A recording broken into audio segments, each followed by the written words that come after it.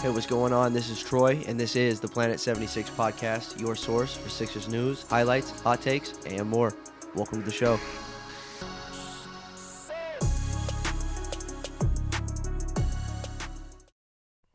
Welcome, everyone, to Planet 76. My name is Michael. I lost track of the episode count again, so I don't know what episode this is. I will check the outline, though, to confirm. Easy as 1, 2, 3. What'd you say? It's easy as 1, 2, 123. You know what? I can always count on Troy to make my podcast life easier. Make sure you guys subscribe to the podcast. Yeah, we'll just get right into it. We, a couple days before Christmas here on Planet 76, so one of many Merry Christmas wishes to everyone listening, watching, following.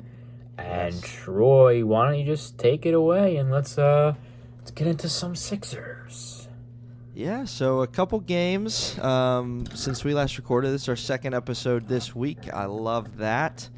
And, Sixers had 2 wins after coming off a loss against Chicago, but stayed home, beat Minnesota, and beat Toronto. And 2 games that can be described in just a couple ways because there were some really significant things happen. So, one, against Minnesota, Embiid dropped 50 again, his second 50-point game in a couple weeks. Just remarkable stuff. And then tonight against Toronto, 3 Sixers players went for 30-plus in Tyrese Maxey, Tobias Harris with a season-high 33, and then Joel Embiid with 31. So pretty significant there. I saw a stat, then I lost it, but something like that's either never happened before for the Sixers or hasn't happened since like 1961, but I don't think that happened in 1961. Like, who would have done it then? So, yeah, just crazy stuff. So what are your thoughts on any of that? Let's just keep it real. I mean, what Joel Embiid did against the Timberwolves, just dismantling what was and probably still is the best defense in the league, the best team in the league, at least record-wise. 50 points, like, if there was any greater test of can Embiid do it against the legit teams, I feel like this was probably it. And I mean, it's only one game, so like you could say that the sample size isn't large enough for us to figure that out. But he was doing this last year too. So at the end of the day, this is something he's been doing. And this should not come as a surprise to anyone at all, because he's been doing this he does this to everybody. Like, that's pretty much common at this point. It's pretty much Joel Embiid at this point. We just know he's going to do that. Yes, so Embiid with 51 against Minnesota. Rudy Gobert, Cat, doesn't matter. And against an improved Timberwolves team, for him to be able to do that. And then tonight for him, 14 straight games of 30-plus points. 14 in a row. Didn't he have He's a averaging streak like 35 this on the last year or season. something like that too? I think, and I think he started this season with he still has a streak of 20-plus games, 20-plus points per game every game this season that he's played. It's crazy what he's doing. Now I will say, and I put in our notes here, I did a little math. Okay. So Embiid has 51, Maxey has 35 against Minnesota. Everyone else combined for 41. And something similar tonight. So Maxey, Harris, Embiid, 33, 33, 31. Everyone else combined for 24 points. Thoughts there? I have a couple, but I want to see your thoughts. Is that an outlier or is that a concern? No, I wouldn't think. I wouldn't say it's a concern. I mean, there have been a few games this year where Sixers starters, and particularly Maxey and Embiid, have kind of carried the load when it comes to scoring points. That's kind of to be expected, especially considering the Sixers don't have any real legitimate bucket getters, if you will, in the starting 5, or really on the team outside of Embiid and Maxey. Again, a lot of complimentary guys, a lot of guys who can score but really don't. That's not really who they are and what they do. So I'm like, I don't know. I'm not really too concerned with that because you still have a guy like Oubre who can give you 15, 16. Now, the Sixers were without a few guys tonight, specifically, no Melton, Batum, or Beverly. Not that any of those guys are big-time scorers, but Melton can give you a lot scoring-wise. Yep. So you're missing some points there with Melton. Batum is not a big-time scorer, but he can give you 11, 12, 13 points pretty efficiently. So you're not like Maxey and Embiid are the scorers for this team. They're going to score a majority of your points, especially because Maxey's averaging 27 a game this year and Embiid's averaging 33. So it's nearly half the Sixers' points right there. And other than that, you get your Harris points, you get your Melton points, and then everybody else kind of just fills in right along behind Embiid and Maxey. Yeah, I don't know if concerned is the right word, but there's something to be said, and I think it might just be a little bit of recency bias, because it's not just these two games. You think back to the loss against the Bulls. It was Embiid for 40, Maxey for 29, and no one else doing hardly anything. Kelly Oubre 2 for 10, Tobias Harris only getting 3 shot attempts. We talked about that earlier in the week, but I think when there's 3 consecutive games like this where outside of your main 2 and then Tobias tonight with a season high, no one's really doing nothing. I don't know. I mean, I think the more of those games you string together, the more it's heightened. Now, next game, maybe Christmas Day, Oubre's going to drop 20, or Melton's going to come out and hit 15, or Morris is going to drop 12, and it'll be forgotten. But it is heightened right now just because of what's happened recently. But Tobias Harris, what can be said for him? So he had a really good start to the season, very efficient. He cooled off a little bit in December. I think we talked about that earlier in the week, and then he must have hurt us because he responded tonight. But a season-high 33, coming off of 2 single-digit performances in a row. Do you think Tobias needed this? Again, a cold December for him coming in. Yeah, this was huge. And I don't know that it was for a confidence thing with Harris, but what I can definitely tell you is that this was huge.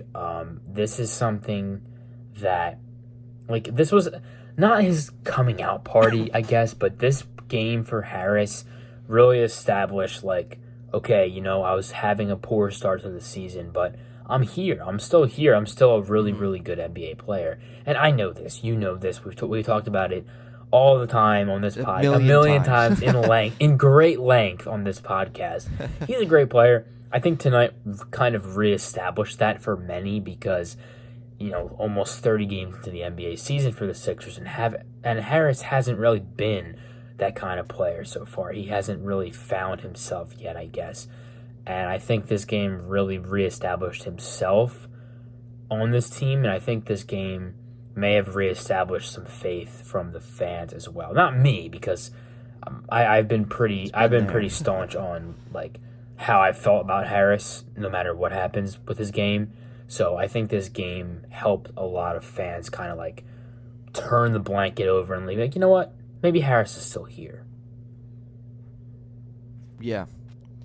Yeah, this month alone, again, struggles in December a little bit. He had a game of 6, 9, 3, 10, 13 a couple times. But to come out and go for 33 on 23 shot attempts, he had 23 shot attempts combined over the last 3 games. Yeah. Okay, so he had 23 tonight. If Tobias Harris is going to shoot 23 times, he must be feeling good, one. And two, he's been efficient. He's never really in his Sixers career been he's always terribly inefficient or anything, right? So, yeah, it's good for Tobias. It's good, as you mentioned, for the fans to get off his back a little bit and to know that he's a big part of this. And again, I think what we just mentioned a moment ago, the more and more, or I should say the less that the Sixers are getting from other players, the more Tobias Harris's output is going to be very important moving forward. If this is the team, we're looking at post trade deadline and this is it, we're going to need performances, not 33 from Tobias Harris. I think that's kind of what you said in your post tonight I saw on Trust the Love, but you need him to be consistent if we're going to succeed. Is that Yes. Am I right? I really skimmed the post before we got on. Is that what you said? Yeah, that's basically what I said. I mean, it's that I believe that. I think most, if not all, Sixers fans would agree with me on that. This is not something you can quite expect from Harris, obviously, because you can't really expect 33 a game from anybody. But it's a good sign, I think, for his game, because kind of like what I said a few minutes ago, it kind of reestablishes the fact that he's still here. He's still a really good player, and that he can still contribute to the Sixers, which a lot of fans have wrote him off and say, "Oh, he stinks." This is the cycle. This is the Tobias Harris cycle. He stinks, trade him. Oh, he plays well. That's great. And that's a whole other conversation for another day. But I hate that part of, like, I don't know if this happens with every sports fan base. But with the Sixers and Philly sports in general, it's like, we hate you with a passion unless you play well or unless you're really good. We hate you. We will berate you until you play well. Like, I hate that. I don't like that at all. But yeah. That's Philly. I will say, to kind of close out the Tobias little segment here, I think what you're saying is 100% true, and it's something I haven't really thought of much before. Again, is this year above every other year since Tobias has been here? He's very, very, very important because of the way the roster is currently constructed. We've said it 1,000 times. We don't know what it's going to look like here in a couple months, but as is right now, if we're rolling into the playoffs like this, like, Tobias absolutely cannot fall behind the scenes and not contribute. In previous years, we had James Harden, and so Tobias Harris could get you 12 a night, and that would be okay. 12 a night in the playoffs, if we're not winning, is not going to be okay. No, and so it's up to him to step up and fill the role, because he is absolutely necessary, more so than he's been in previous seasons. All right. Let's get into this, because why not? I mean, the episode itself, we knew it was going to be titled this a few days back. OG Anunoby is a Sixer? ? You've been, I think, pretty vocal. Is that fair to say you've been pretty vocal about the possibility of OG Anunoby? I've been very vocal. At least, very vocal. Maybe not quite as much on this podcast, but at least, like, just on my page and any outlet that I've been given, really, is me and my Twitter, which I don't like Twitter, but is me talking about how the Sixers need OG. They need him. They need OG Anunoby. There's been a lot of discussion of the Sixers need a scoring guard. I think there's definitely some validity to that, but I also think it's just as, if not more important, for the Sixers to go all in on their 3-and-D wing depth and get, like, the ultimate final boss of 3-and-D wings. Like, OG Anunoby is the 3-and-D wing. Plus, he can do so many other things too. The Sixers need to get this guy, and the asking price is going to be astronomically high. Yes. Do the Sixers have the assets to get him? I don't know. I don't know how this all is going to even happen. I don't even know if it's going to happen. Maybe I'm delusional. But I think this is something that really needs to happen. I'm imagining a Tyrese Maxey, DeAnthony Melton, OG Anunoby, Embiid plus Harris or Oubre starting. I mean, that's like very good. The perfect team around Embiid almost. Obviously, Harris is not the perfect fit, but that's almost the perfect team around Joel Embiid. Like, that's exactly what you need. So I'm just don't mind me. I'm just all aboard the OG Anunoby train over here, man. Yeah. So I have recently. So I've been writing some articles on the Sixers, and one of them So I just, I can write on whatever I want. And so I decided to do 3 reasons why the Sixers should trade for Zach LaVine. And now I'm writing 3 reasons the Sixers should not trade for Zach LaVine, just to kind of get both sides of the perspective. And do with this what you will, but I'm finding it easier to write the article saying that the Sixers should not go after LaVine. Hey. And that's one of my 3 points is about OG Anunoby being a better fit. Just being better for this team. Again, the starting lineup, potential lineup that you just rolled out with OG Anunoby in there, it sounds really, really good. I think the more I talk to you, I'm going to be more all in on that trade. I just, at the end of the day, for me, it just comes down to I don't want the ball being taken out of Maxey's hands in favor of another guard alongside him, a backcourt partner of his having the ball more than him. I don't want that. Maxey needs the ball. Like, if Embiid doesn't have it, Maxey should have it, at least majority of the time. He should be the one with the ball in his hands.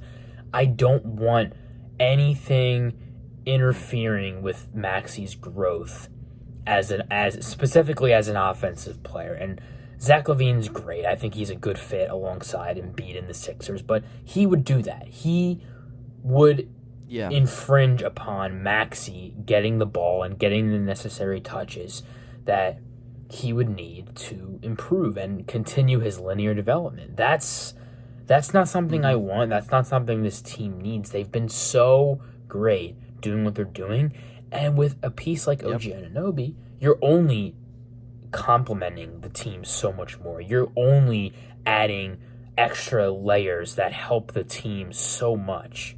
So, like, I like Zach LaVine. I just don't think it's the best idea. Yeah, I think that last point hit it on the head. Like, you're adding more of a compliment in OG, and it's just not the case with LaVine, as good as he is, as much as he brings to the table.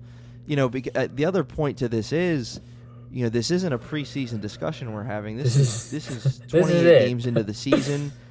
We know what the Sixers have. We know what they need. If the Sixers, we're sitting here and the Sixers are, 500 and they're struggling to find offense, which before the season could have been the case. Like, we didn't know.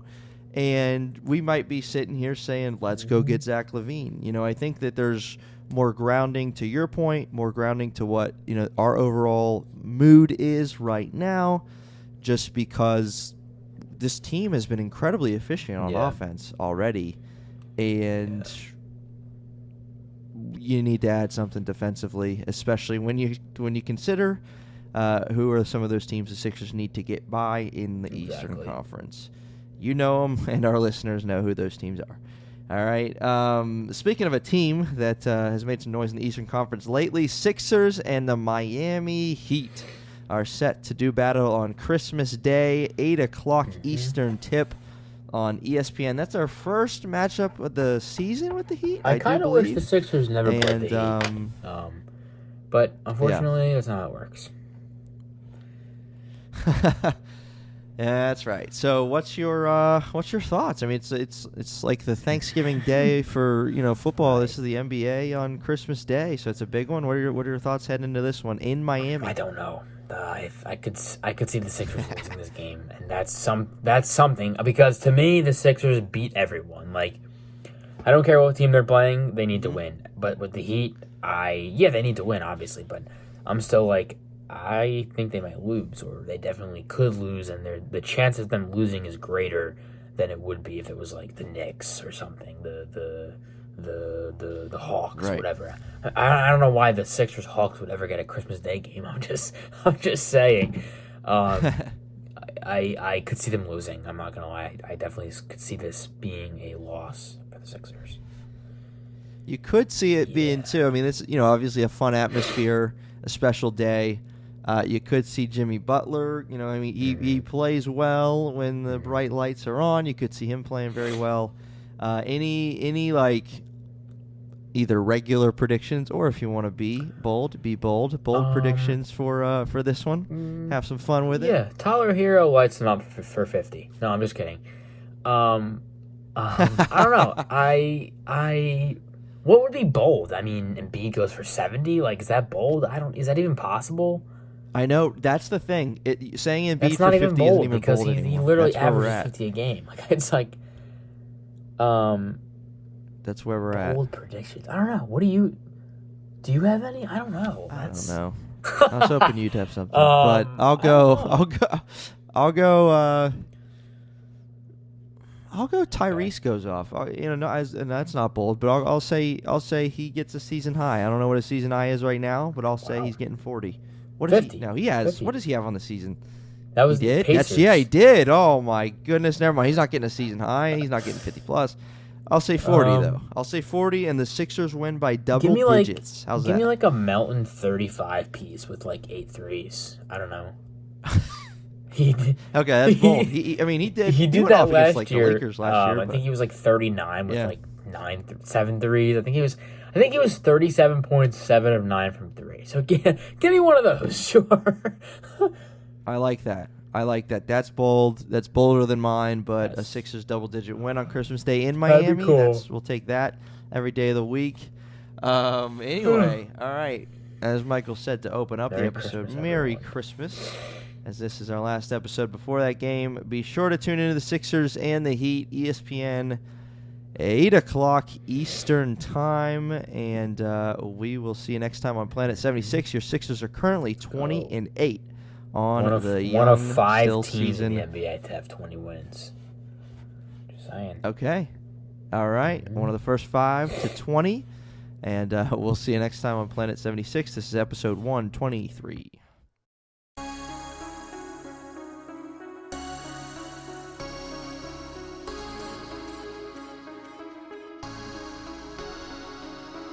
You just listened to an episode of the Planet 76 podcast. Hey, we appreciate you joining us for this episode.